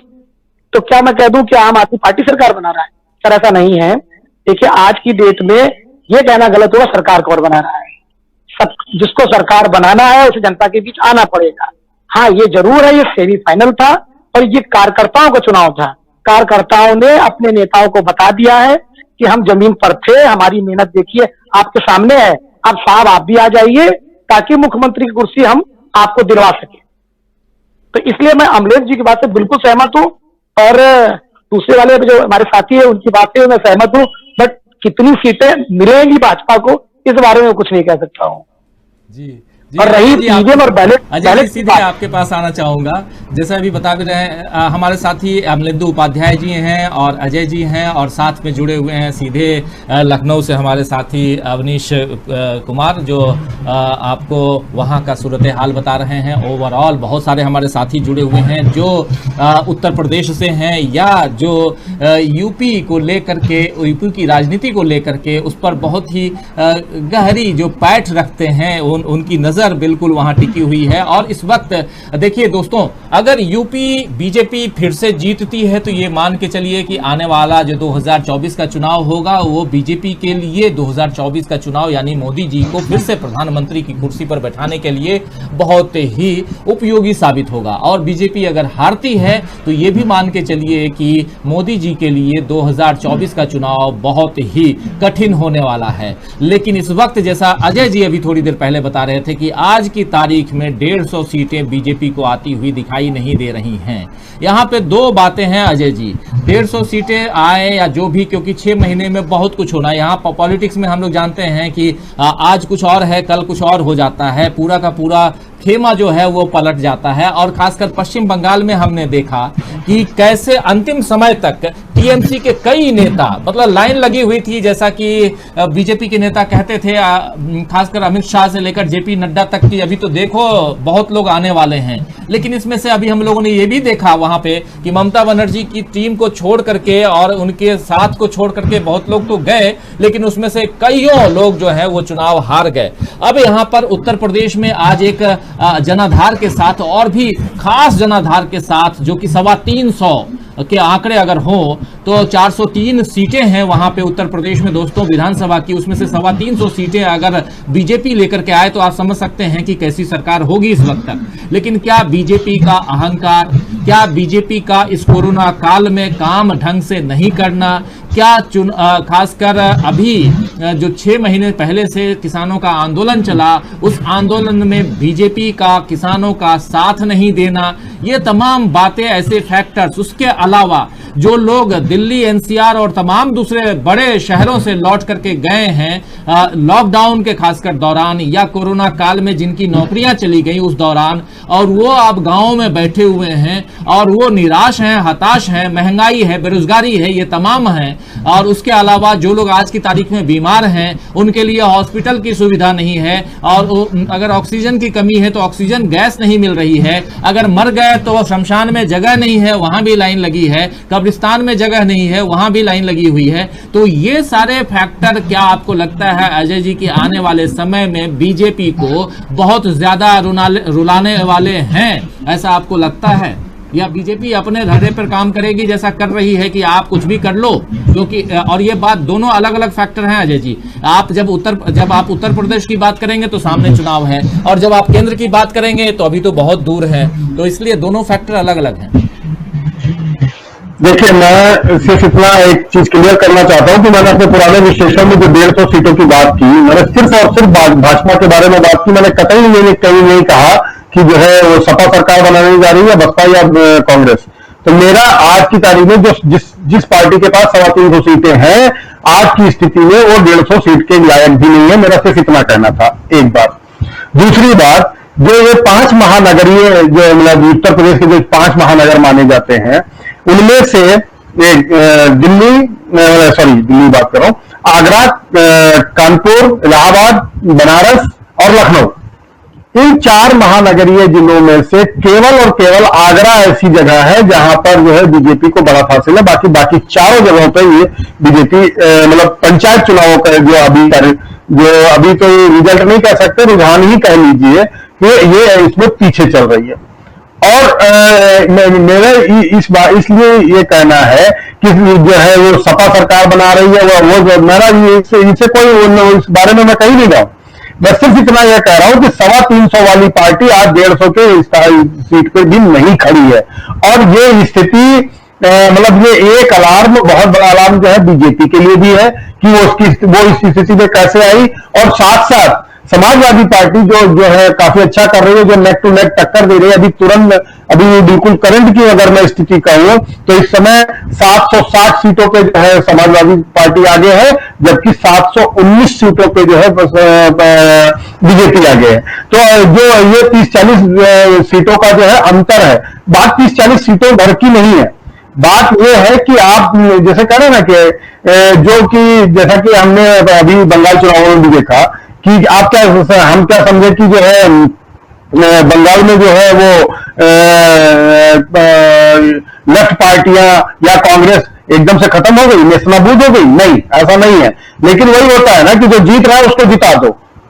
तो जो नेक टू नेक लड़ाई में होगा उसको इस बात का फायदा मिल सकता है। मैं ये कहना चाह रहा हूं। मैं कतई नहीं कह रहा हूं कि वो समाजवादी पार्टी घर में बैठ के ट्विटर पे जो है चुनाव लड़ लेगी और वो जीत जाएगी। मैंने वो ऐसा कोई जो है दावा भी नहीं किया। और ये मैं कह रहा हूं कि जो समाज और जहां तक इन पंचायत चुनावों की बात है, वो चेहरे अभी जो अविनाश जी कह रहे थे कि वहां पे ये चेहरों का चुनाव है, बिल्कुल सही कह रहे थे। ये चेहरों का चुनाव है, लोगों की अपनी व्यक्तिगत जो है प्रतिष्ठा जो लगी हुई है, व्यक्तिगत जो उनका प्रभाव है, उसका ये चुनाव होता है। और बिल्कुल जो यही सारी चीजें, तो यही सारे जो फैक्टर तो जो है प्रत्याशी चयन में आते हैं। भाजपा ने इन चुनावों की ऐसी तैयारी की थी कि मतलब आप ये समझ लीजिए कि जेपी नड्डा को लखनऊ आना पड़ा था और जेपी नड्डा के साथ लखनऊ में बैठ के जो है प्रत्याशियों की जो है चयन सूची कंप्लीट की। तो जब गंभीरता से चुनाव लड़ने के बाद आपको ये परिणाम मिले हैं, तो ये मान के चलिए कि प्रत्याशी चयन में अभी भी आपसे गलती हो तो आगे ना हो। ये बहुत बड़ा अलार्म है बीजेपी के लिए भी। बिल्कुल अजय जी को आपके विचारों से बहुत हम सहमत भी हैं, बहुत सारी बातों पे आपसे सहमत हूं, इत्तेफाक रखता हूं। और सीधे चलूंगा अमलेंदु जी, आपके पास आना चाहूंगा कि खासकर जो हम पश्चिम बंगाल में देखे, और जैसा भी अजय जी बता भी रहे थे कि पश्चिम बंगाल में हमने देखा कि लेफ्ट पार्टी और कांग्रेस आज शून्य पे है, नहीं है। लेकिन एक चीज याद कीजिए कि अभी इन्होंने, ममता बनर्जी ने भी कहा कि हम चाहते थे कि लेफ्ट और कांग्रेस जो है वो विधानसभा पहुंचती। लेकिन ये कहा जा रहा है कि लेफ्ट और कांग्रेस के मतदाता जो हैं वो एक तरफा टीएमसी को वोट दे गए वहां पे, और ये कहते हुए कि जो जीत रही है उसको जिता दो, और अगर इनको हम देंगे तो शायद बीजेपी आ जाएगी। लेकिन क्या उत्तर प्रदेश और पश्चिम बंगाल की जब तुलना की जाए अमलेंदु जी, तो पश्चिम बंगाल के जो मतदाता जिस सोच के साथ वोट डालने गए, क्या उत्तर प्रदेश के मतदाता भी इस सोच के साथ वोट डालने जाएंगे जब वहां एक नहीं 4-4 पार्टियां सामने हैं? पहली बात बीजेपी, दूसरी बात जो समाजवादी पार्टी, फिर तीसरी बात देखें तो बसपा, चौथी बात देखें तो यहाँ कांग्रेस, और पांचवी पार्टी भी वहां जिसका उदय हो रहा है वो है आम आदमी पार्टी। इसके अलावा तमाम छोटी पार्टियां हैं और निर्दलीय भी होंगे। तो जनता यहाँ पर आपको लगता है कि आने वाले समय में कि चलो छोड़ो कांग्रेस को, छोड़ो बसपा को, छोड़ो अन्य को, हमको समाजवादी पार्टी को जिताना है, या हमको बसपा को जिताना है, या हमको कांग्रेस को जिताना है, इस ढंग से मतदाता जिस प्रकार पश्चिम बंगाल में गए, ऐसे मतदाता यहां निकल के आएंगे? उत्तर प्रदेश को आप बहुत नजदीक से जानते हैं, आप तो वहां से बिलोंग करते हैं। बहुत बड़ा फैक्टर है पश्चिम बंगाल में, जाति का भी फैक्टर नहीं रहा। तो ये दोनों चीजें जो है पश्चिम बंगाल को उत्तर प्रदेश से एकदम अलग करती है। भारतीय जनता पार्टी ने लाख कोशिशें की पश्चिम बंगाल में ध्रुवीकरण करने की, ममता बनर्जी जो है उनको जबरदस्त जो है वो हिंदू वोट मिले। तो इसलिए ये ध्रुवीकरण जो है, जो भारतीय जनता पार्टी यहाँ कर लेती है, वो ध्रुवीकरण पसंद नहीं हो पाया। इसलिए कोई मुझे ऐसी स्थिति नहीं दिखी लोग एक तरफा जो है वो जाकर के समाजवादी पार्टी, बसपा या कांग्रेस को जो एक तरीके से वोट कर देंगे। होगा ये कि हर सीट पे जो है अलग अलग सीट पे देखा जाएगा कि कौन जो है वो भारतीय जनता पार्टी को कमिटेड कर दे रहा है। अब जैसे कि एक जो टैक्टिकल वोटिंग होती है और टैक्टिकल जो कैंडिडेट उतारे जाते हैं, जिस तरीके से पश्चिम बंगाल में हुआ, मतलब ममता बनर्जी जो आज सॉफ्ट कॉर्नर है, जो लेफ्ट कांग्रेस की तरफ लड़ रही है, उसका कारण साफ है कि लेफ्ट और कांग्रेस के वहां जो कैंडिडेट्स उतारे वो इस तरीके से उतारे कि उससे ममता बनर्जी को फायदा हो और भाजपा को नुकसान हो। इससे इनकार नहीं करना चाहिए, वरना भारतीय जनता पार्टी की सरकार देखिए बंगाल में बन चुकी होती, इससे कोई दो राय नहीं। और कोई इसे हल्के में ले रहा हो तो वो लेता है हल्के में, मैं तो बिल्कुल किसी हाल में हल्के में नहीं ले रहा। जनता पार्टी किसी भी हाल में कमजोर नहीं हुई है। तमाम की आवाज बहुत डिस्टर्ब हो रही है बीच बीच में, और हमारे तमाम साथी लिख भी रहे हैं कई लोग की आवाज पता नहीं क्यों ऐसा हो रहा है कि आवाज आपकी कट रही है। लेकिन डॉक्टर साहिल बिस्ला हैं जो कह रहे हैं कि reason for BJP failure is, ये रीजन बता रहे हैं बीजेपी के फेल्योर के लिए डॉक्टर साहिल बिस्ला कि they can fool some of the people all of the time and all of the people some of the time, but they can't fool all of the people all of the time. देखिए बहुत बिल्कुल सही इन्होंने लिखा है। और ये BJP, ये अब्राहम लिंकन में जो है, कुछ अजय जी कुछ जोड़ना चाह रहे हैं। ये लाइनें अब्राहम लिंकन की हैं। उन्होंने जो है कभी अपने जब 10वें राष्ट्रपति थे, उन्होंने अपने जो है अमेरिका के बारे में ये कहा था, जो बातें आपकी जो है दर्शक ने लिखी हैं, और ये काफी मतलब फेमस कोट है। अब्राहम लिंकन का फेमस कोट इन्होंने डॉक्टर साहिल बिस्ला ने, जैसा अभी अजय जी बता रहे हैं। लेकिन अवनीश जी आपके पास आना चाहूंगा, और खासकर जब हम समाजवादी पार्टी और बाकियों की बात कर रहे हैं, इस वक्त हम देख रहे हैं बीजेपी का शासन है, और उसमें आप देखिए कि जो परिस्थितियां अभी बनी हुई हैं, हालांकि अभी बहुत जल्दबाजी है, लेकिन ओवरऑल आज की तारीख में चाहे आप पूर्वांचल देख लें, चाहे आप अवध देख लें, चाहे आप इधर पश्चिमांचल यानी कि इस एरिया को देखें जो वेस्टर्न यूपी है, इन सबको देख लें, ओवरऑल जो योजनाएं रही हैं, और पिछले 2017 के चुनाव में हमने देखा था कि उज्ज्वला योजना जो है वो काफी काम कर गई थी। वो योजना खासकर जो उत्तर प्रदेश के चुनाव में अलग तरह से रंग लाई थी। उज्ज्वला योजना को लेकर के अभी चर्चा होती है क्या उत्तर प्रदेश में, क्योंकि सिलेंडर तो कई घरों पे खाली ही दिखाई देते हैं। क्या लगता है आपको? सिलेंडर तो वो जो है वो सरकार के लिए कांटा बन चुकी है, क्योंकि वो सिलेंडर खाली है। और जो दूसरी सबसे बड़ी बात है, मैं आपको बताऊं, किसानों के लेकर जो बड़ी बड़ी बातें की गई थी वो धरातल पर नहीं आ पाया। आज भी किसान वैसे ही लाइन लगाता है, आज भी उसका अनाज टाइम पर बिकता नहीं है। और जो दूसरा ये किसान आंदोलन है, पहले को आप कोई कुछ भी कहें, इसका जो सीधा इफेक्ट है वो देखने को मिल रहा है जितनी प्राइवेट सेक्टर में। तो मैं आपसे यही कह रहा हूँ कि आपने शायद अपना ईयरफोन निकाल दिया है, इसलिए आवाज ठीक नहीं आ रही। आप थोड़ा ईयरफोन पहन लीजिए, फिर से आएंगे। लेकिन बहुत सारे साथी हैं, इनके कमेंट लेना भी चाहता हूं, और बहुत सारे साथी हमारे साथ जुड़े हुए हैं। श्यामलाल शर्मा कह रहे हैं अगर सारा अपोजिशन एक हो जाए तो समझो राजा ईमानदार है। ये कहना है श्यामलाल शर्मा जी का। बहुत बड़ी बात कह रहे हैं असलम चिश्ती, कह रहे हैं कि अब अयोध्या के लोग समझ गए हैं कि मंदिर से कुछ नहीं होगा। ये असलम चिश्ती कह रहे हैं कि अयोध्या के लोग अब समझ गए हैं कि मंदिर से कुछ नहीं होगा, इससे हमारे लिए अस्पताल, शिक्षा के केंद्र और रोजगार की जरूरत है। बिल्कुल सही कह रहे हैं असलम चिश्ती भाई। और हरिओम शर्मा हमारे साथ जुड़े हुए हैं, साइकिल साइकिल साइकिल लिख रहे हैं। फिर मदीना का मुसाफिर हैं जो समाजवादी और कांग्रेस को एक साथ आना चाहिए लिख रहे हैं। मोहम्मद मीर अमजद अली का कहना है कि श्यामलाल शर्मा ये थोड़ा सा कमेंट मैं पढ़ना नहीं चाहूंगा क्योंकि थोड़ा सा ये नाराजगी भरा कमेंट है श्यामलाल शर्मा के लिए। लेकिन श्याम सुंदर झांझरिया कह रहे हैं गुड राजीव जी। फिर मनोज निवोरिया कह रहे हैं एमपी में राष्ट्रपति शासन चाहिए, लगना चाहिए। एमपी की बात कर रहे हैं मनोज निवोरिया की, वहां राष्ट्रपति शासन लगना चाहिए। क्यों लगना चाहिए ये भी आप लिखिए मनोज निवोरिया जी, तो थोड़ा मैं भी समझ पाऊं।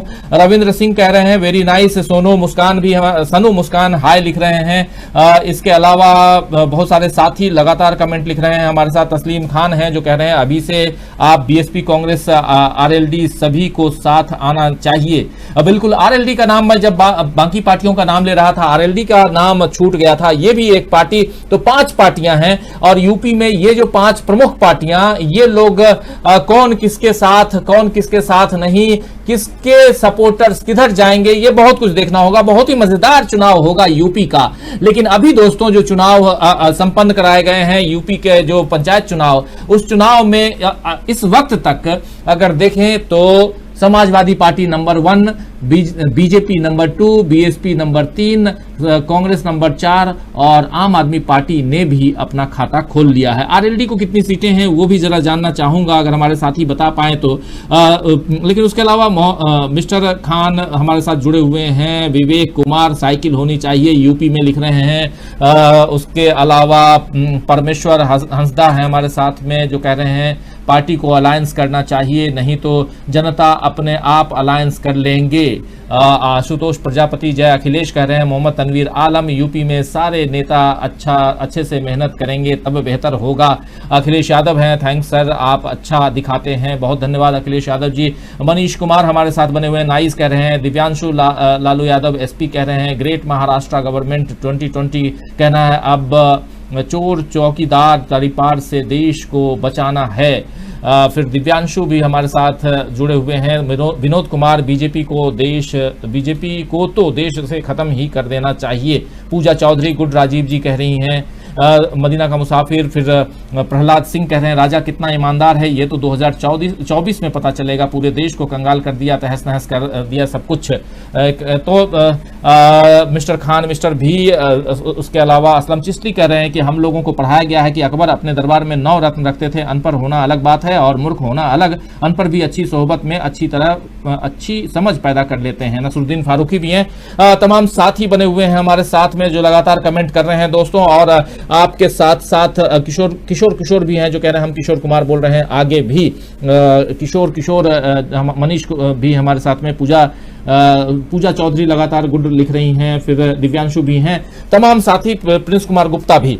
आप लोगों के कमेंट ले रहा हूं, लेकिन हमारे साथ बने हुए हैं हमारे 3 खास मेहमान सीधे लखनऊ से जुड़े हुए हैं। अवनीश कुमार हमारे साथ में, उसके अलावा दोस्तों यहाँ दिल्ली से बने हुए हैं अजय सिंह जी जो खुद बिलोंग करते हैं बाराबंकी से, और ग्रेटर नोएडा से हमारे साथ जुड़े हुए हैं, अपने घर से जुड़े हुए हैं अमलेंदु उपाध्याय जी। लेकिन बीच बीच में अमलेंदु जी आपकी आवाज कट जा रही है। इससे पहले मैं बात कर रहा था अवनीश जी से, और अवनीश जी सीधे आपके पास आना चाहूंगा एक बार फिर से।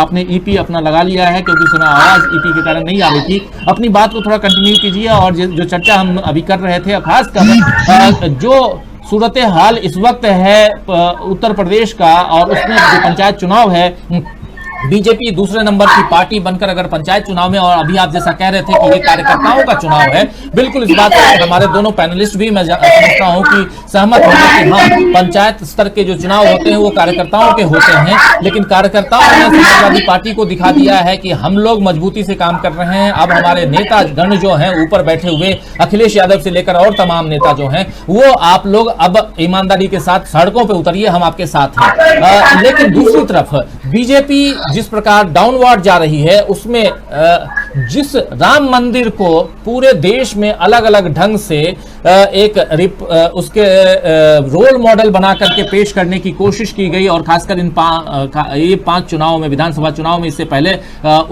बिहार चुनाव में भी, क्या वहां के गढ़ में अगर बीजेपी की हालत खस्ता हो गई हो, हालत पतली हो गई हो, तो क्या कारण हो सकता है? अयोध्या के लोगों ने, मैं अभी काशी और मथुरा की बात नहीं कर रहा हूं, अयोध्या बहुत ही इंपॉर्टेंट प्लेस बीजेपी की राजनीति के लिए रहा है। वहां क्या कारण है कि वहां के लोगों ने नकार दिया बीजेपी को? सर देखिए, पहले मैं आपको एक बात बता दूं कि अभी जो आपने बोला बीजेपी और सपा नेक टू नेक पे खड़े हैं, बहुत थोड़ा अंतर। अभी ये कहना गलत होगा कि बड़ी पार्टी कौन है, बीजेपी बड़ी है कि सपा बड़ी है, सबसे पहले तो क्लियर कर दूं सर। लेकिन हाँ, जो बीजेपी के गढ़ थे, जो बीजेपी थे, वो किले ध्वस्त हो चुके हैं। वहां पर सपा ने सेंधमारी करके अपने आप को बड़ी पार्टी बना दिया है। अब आपने बात करी अयोध्या की, मैं अयोध्या करूं तो हकीकत में ये एक सोचने का विषय है कि अयोध्या में बड़े बड़े इवेंट अगर उन्होंने किए, आप देव दीपावली की बात कर लीजिए, सीधे सीधे मुख्यमंत्री जी अयोध्या से जुड़े रहे, हर काम पर वो अयोध्या के लिए सोचते थे, काम करते थे। उसके बाद ऐसी रही नुकसान उठाना। तो देखिए बात है कि मैं आपसे कह रहा था एक कि जो ग्रामीण क्षेत्र है, कहने को कोई कुछ भी कहे, निश्चित तौर पे किसानों में नाराजगी है सरकार को लेकर, क्योंकि आप जब नीचे स्तर पर काम करते हैं, किसानों की क्या समस्या है वो देखने वाली चीज है। किसानों का समस्याओं का समाधान तो आज भी नहीं हुआ, वो तो वैसे भी जाकर वैसे लाइन लगा रहे हैं। उनका जो अपने गेहूं के उनके ट्रैक्टर 4-4 दिन तक खड़े रहते हैं। अगर उनका गेहूं या अन्य चीज जो भी है उसका पेमेंट भुगतान समय पर नहीं होता है, तो समस्याएं तो वही खड़ी हैं। तो आप ये मान के चलिए अयोध्या का जो किला इनका ध्वस्त हुआ उसके पीछे का बेसिक कारण यही है कि जो ग्रामीण वर्ग का वोटर है वो नाराज है सरकार से, और उसकी नाराजगी 6 महीने में सरकार दूर कर पाती कि नहीं, ये एक बड़ा सवाल है। ठीक है, सीधे एक बार फिर से आना चाहूंगा अमरेंदु जी आपके पास में। क्या आवाज, थोड़ा कोशिश करता हूं कि आपकी आवाज ठीक है, अगर नहीं तो फिर आप वैसे ही जैसे अवनीश जी ने जैसे अपने मुंह के पास में रखा है उस माइक को वहां रखिए। सवाल यही है कि जिस प्रकार हम लोग देख रहे हैं अमरेंदु जी, और कहा भी जा रहा है, ये अयोध्या को लेकर के मैं चर्चा इसलिए स्पेशली करना चाह रहा हूं क्योंकि रोल मॉडल की बात है। और अगर अयोध्या से बीजेपी को नकारा जाए, अगर काशी से बीजेपी को नकारा जाए, अगर मथुरा से बीजेपी को नकारा जाए, तो जिस हिंदुत्व के एजेंडे पे बीजेपी काम करती रही है, क्या वो हिंदुत्व का एजेंडा अब धीरे धीरे फेल हो रहा है? ये बात पश्चिम बंगाल से भी हम कर सकते हैं। पश्चिम बंगाल में भी बहुत ज्यादा पोलराइज करने की जरूरत लगी थी बीजेपी को, और पोलराइज करने की बीजेपी ने कोशिश की, लेकिन वहां पोलराइजेशन साफ दिखाई नहीं दिया। और इसी कारण अब पिछले 2 दिनों से, और जब से ये रिजल्ट आया है तब से ये कहा जा रहा है कि देखिए हिंदुओं ने साथ नहीं दिया, 70% हिंदुओं ने वहां पश्चिम बंगाल में साथ नहीं दिया, इसलिए ऐसा हो गया। क्या आपको लगता है कि यहाँ भी एक छोटी सी एक कहते हैं कि ये तो अभी शुरुआत है और मतलब झांकी है, आगे पूरा का पूरा जो है पूरी पिक्चर जो है वो बाकी है। तो ये जो झांकी कह सकते हैं कि हाँ, आप अगर सिर्फ और सिर्फ हिंदुइज्म की राजनीति करना चाहें, आप अगर सिर्फ सांप्रदायिक राजनीति करना चाहें, तो इससे उत्तर प्रदेश की जनता भी ज्यादा इसे पसंद नहीं करेगी। आपको लगता है ऐसा? मुझे बिल्कुल ऐसा नहीं लगता। उत्तर प्रदेश की जनता जो अमरेंदु जी, और आवाज बिल्कुल नहीं आ रही है, नहीं आ रही है। चल सीधे आऊंगा अजय जी इसी सवाल के साथ में, तब तक आप अमरेंदु जी क्या दिक्कत है, आवाज आती थी लेकिन आ रही नहीं है। अजय जी इसी सवाल के साथ आपके पास आना चाहता हूँ।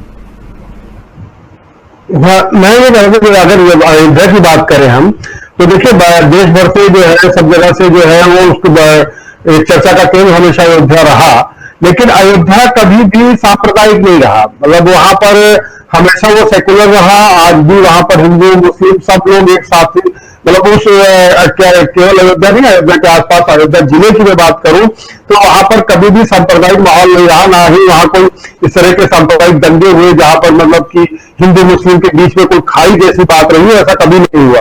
आप अयोध्या खुद जाए तो वहां पर भी देखेंगे कि जितने भी आपको फूल माला वाले या जो है भगवान के जो कपड़े सिलते हैं वो लोग, या जो है खड़ाऊ बनाने वाले, ये सभी मुस्लिम लोग हैं। वहां पर बहुत सारी दुकानें भी जो है हनुमानगढ़ी के रास्ते में भी जो दुकानें वो भी बहुत सारे मुस्लिमों द्वारा ही संचालित है। तो वहां पर ऐसा हिंदू मुस्लिम का ऐसा कोई झगड़ा रहा नहीं। और अभी देखिए पिछले वहां के जो विधायक जी वो पवन पांडे, वो भी समाजवादी पार्टी से। तो मतलब ये कहने का मैं ये कहना चाह रहा हूँ, हाँ वहां लल्लू सिंह जो वो एमपी जरूर जो है बीजेपी से रहते हैं, कई बार रहे, लेकिन वहां पर मतलब इस तरह से कोई सांप्रदायिक वो एक खाई हो और एक तरफ हिंदू एक तरफ मुस्लिम और ध्रुवीकरण हो, ऐसा कभी मतलब मुझे तो नहीं दिखा और कभी ऐसा रहा भी नहीं।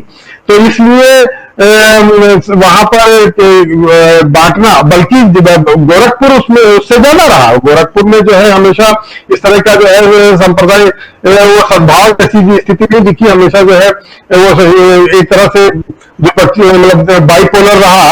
वहां पर भी देख लीजिए, आज अभी की जो स्थिति है उसमें इन पंचायत चुनावों को देखें तो केवल एक सीट से जो है बीजेपी आगे, अगर वो 20 सीटों पर जो है भाजपा आ गए तो 19 सीट पर सपा भी आ गए। तो ये मैं कहना चाह रहा हूं जो है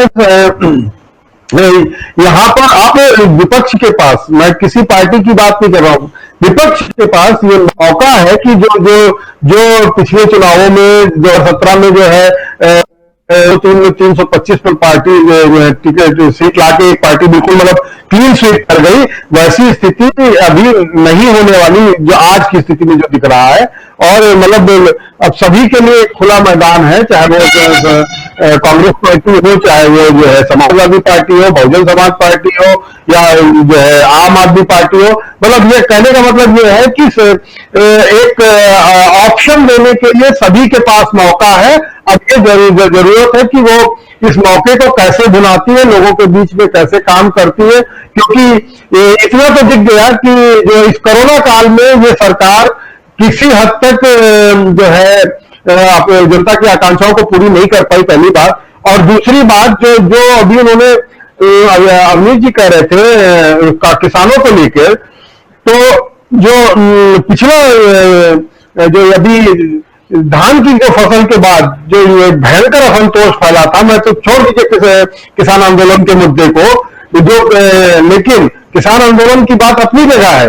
जो धान की खेती जो है फसल के बाद जो 1100 रुपए में और 1000 रुपए में जो किसानों को जो है अपना धान बेचना पड़ा है, वो एक बहुत बड़ा मुद्दा जो है जो उत्तर प्रदेश में रहा है।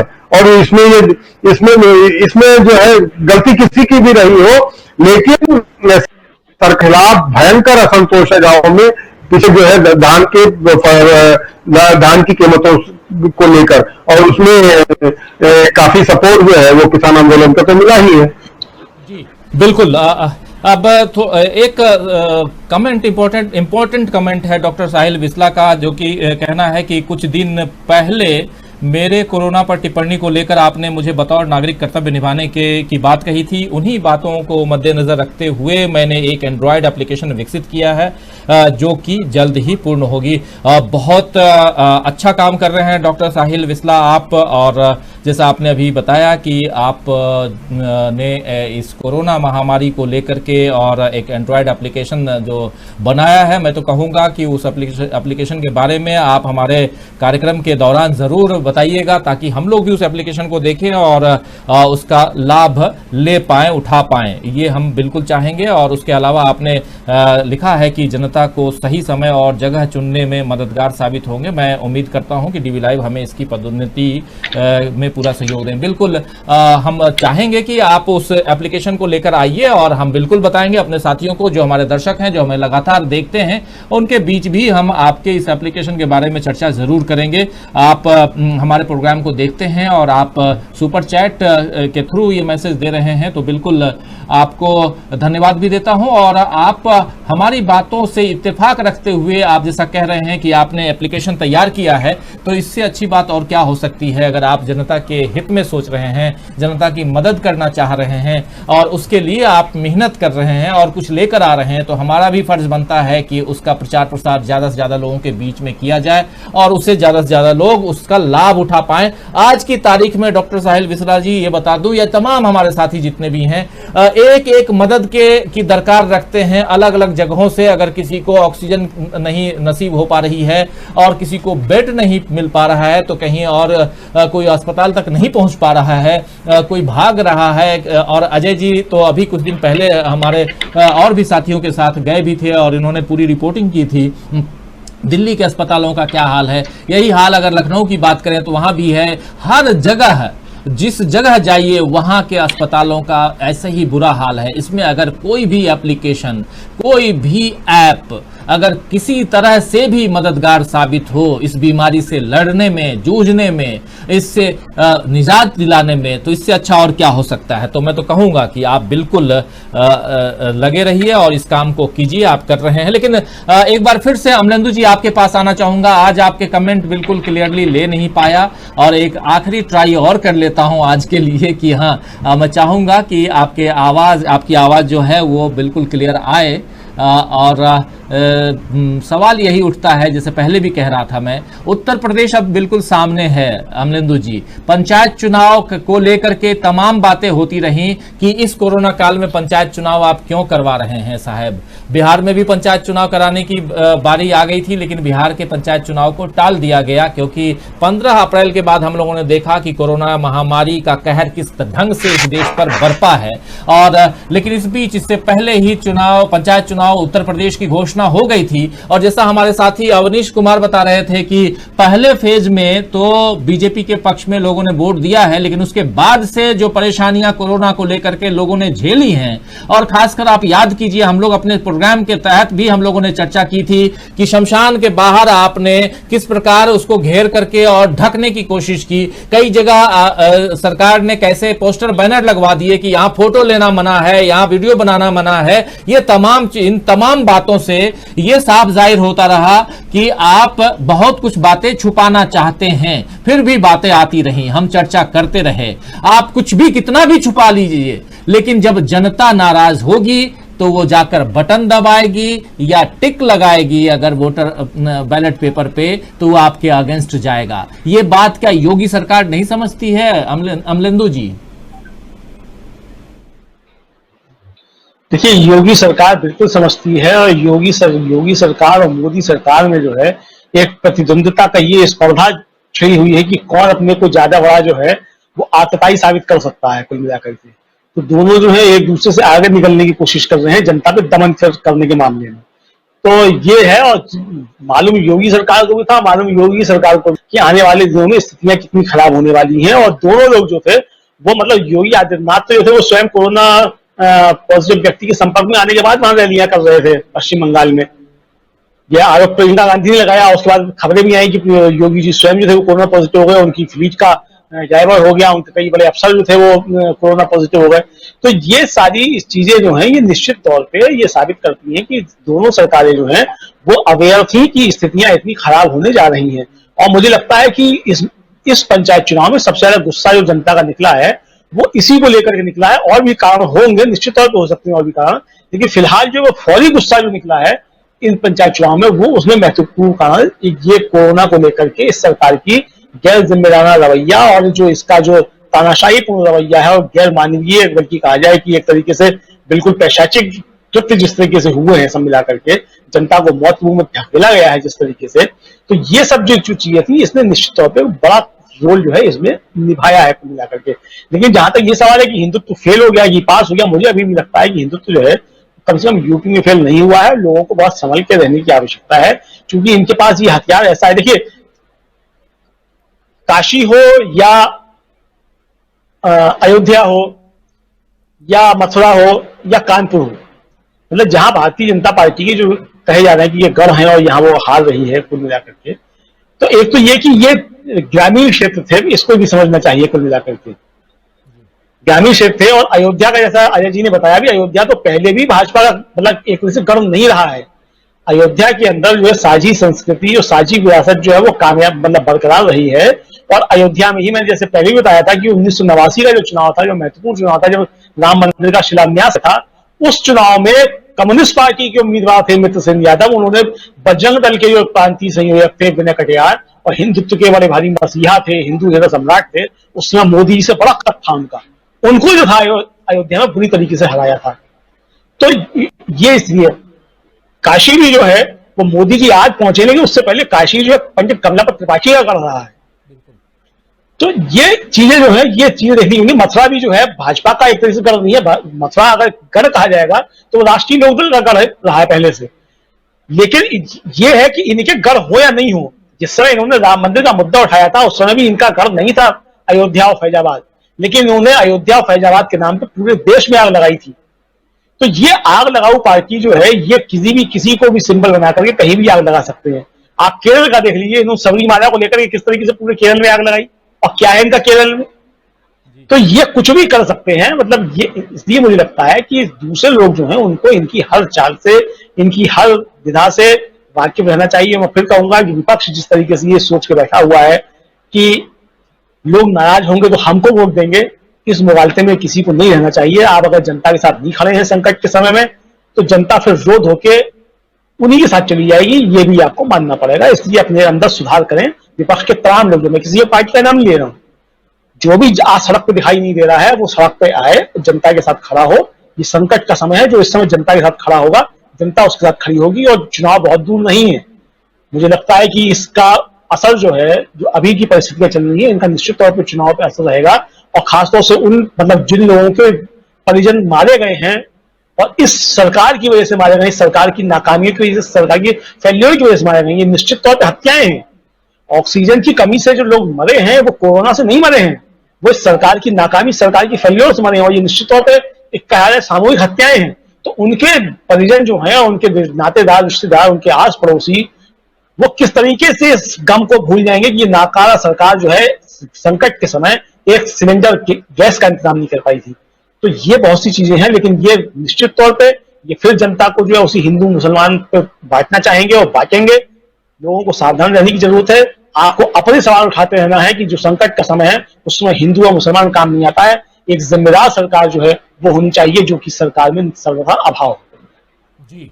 और खासकर हमने देखा था जब अभी किसान आंदोलन के समय और उस समय जिस प्रकार चाहे वो हिंदू हो, मुसलमान हो, सिख हो, ईसाई हो, कोई भी हो, सब लोग एक साथ वो कहते भी थे कि हम किसान हैं, हम किसी जाति, धर्म, संप्रदाय से नहीं, हमारी अपनी जाति है, वो किसान है। और इस बात को अलग अलग ढंग से अलग अलग जगहों पर फैलाने की कोशिश किसानों ने की। और खासकर जब हमने देखा कि राकेश टिकैत वाली जो घटना 26 जनवरी वाली जो घटना थी, उसके बाद 2 दिन बाद 28 जनवरी को जब उन्हें गिरफ्तार करने के लिए गाजीपुर बॉर्डर पर पुलिस आई, और उसके बाद से जो परिस्थितियां बदली, फिर महापंचायत का दौर, उसके बाद फिर कोरोना का दौर आ गया, फिर 5 राज्यों में चुनाव, ये तमाम चीजें हम लोग अपने चैनल के थ्रू और आप लोगों के थ्रू भी हम तक ये बातें आती रही, जाती रही। दोस्तों, अब परिस्थितियां हैं और सामने कोरोना महामारी है, और इस महामारी में सब लोग जूझ रहे हैं इस महामारी से, और परेशानियां बहुत ज्यादा हैं। लोगों में एक भय का आलम है, डर है, और चारों तरफ कोहराम मचा हुआ है। कहीं भी आप चले जाइए, किसी भी शहर में चले जाइए, किसी भी गांव में चले जाइए, हर तरफ मातम पसरा हुआ है कि किसी के यहाँ कोई बीमार है तो किसी के यहाँ कोई गुजर गया है। इस परिस्थिति में अगर चुनाव आने वाले 6 महीने बाद भी अगर होते हैं तो इसका असर क्या नहीं रहेगा, यह बड़ा सवाल है। और मेरा मानना है कि जनता जल्दी नहीं भूलती है। एक तरफ आप और हम कहते हैं कि हमारे देश का दुर्भाग्य है कि हम लोग बहुत जल्दी बातों को भूल जाते हैं, और फिर सामने कोई नेता आता है तो उसके नाम पर बटन दबाकर चले आते हैं।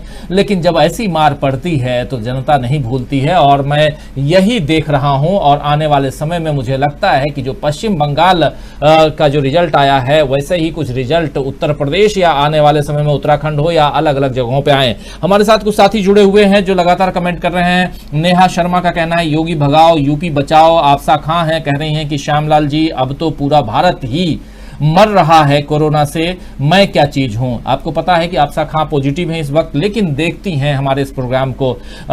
फिर ब्रिस्टिंग का कहना है मोदी हटाओ देश बिकने से बचाओ। जितेंद्र चौहान है बीजेपी हटाओ देश बचाओ कह रहे हैं। सीबीएस कुमार कह रहे हैं कि अंधभक्त भी लाइव प्रसारण में आने शुरू हो गए हैं। कोरोना बीजेपी और कुंभ से नहीं बल्कि सीधे मोदी नामक वायरस ने फैलाया है, स्वीकारो भक्तों।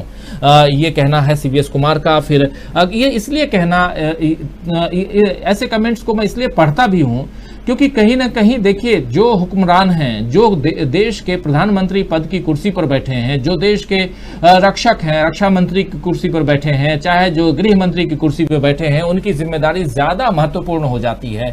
और ऐसे आपदा के समय अगर आप चुनाव करवाने पर ज्यादा भरोसा रखते हैं, आप कहते हैं कि नहीं पहले चुनाव हो जाए उसके बाद देखा जाए। अभी पश्चिम बंगाल का चुनाव खत्म हुआ है, अभी काउंटिंग खत्म हो रही है उत्तर प्रदेश की। आप लोगों को दोस्तों मैं बता दे रहा हूं कि अगले 2-3 दिनों में आप देखिएगा कि उत्तर प्रदेश में संपूर्ण लॉकडाउन की घोषणा ना हो जाए। आईपीएल के पक्ष में हूं और ना ही कुंभ के पक्ष में हूं, लेकिन ना, और इसलिए कहता हूं, ना कुंभ होना चाहिए था, ना आईपीएल होना चाहिए था, ना चुनाव होना चाहिए था। इस वक्त जो एक काम होना चाहिए था कि जल्दी से जल्दी जितने ज्यादा हॉस्पिटल्स तैयार हो सकते थे, पिछले महीने भर में ही सही, आपको तो समय मिला, साल भर का आप नहीं कर पाए, महीने भर में ही सही, चाहे वो सरकारी हॉस्पिटल हो, चाहे वो सैनिक हॉस्पिटल हो, चाहे वो कहीं तंबू लगा करके हॉस्पिटल हो, हॉस्पिटल्स और उसके अलावा ऑक्सीजन की व्यवस्था, ये 2 व्यवस्थाएं अगर आप कर लेते तो आज इतने लोग नहीं मरते, इतने लोगों की जान नहीं जाती, इतने लोग आज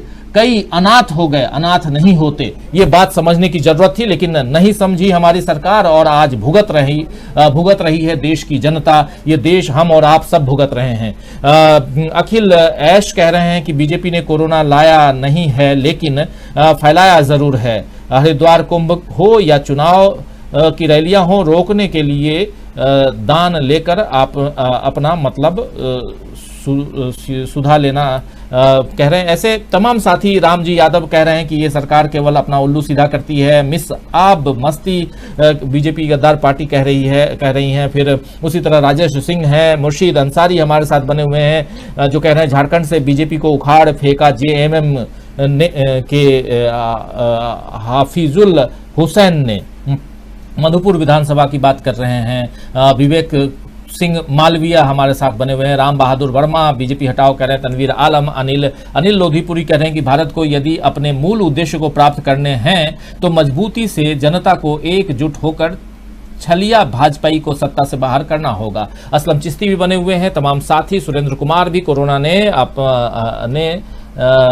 के नाम पर घोटाला हो रहा है, सुरेंद्र कुमार कह रहे हैं। वसीम कुरैशी भी हैं, सुरेंद्र राव भी हमारे साथ बने हैं, सोयब साहब भी हैं, फिर राजेश सिंह हैं। तमाम साथियों, अब इस कार्यक्रम को समाप्त करने का वक्त आ गया है। आप लोगों का बहुत समय लिया और इंपॉर्टेंट बातें देखी कहीं ना कहीं घूम फिर करके हम जब इस चुनाव, सियासत, इन सब की बात करते हैं तो कोरोना की बात आती है, क्योंकि इस वक्त देश कोरोना से जूझ रहा है, उसकी बातें आएंगी।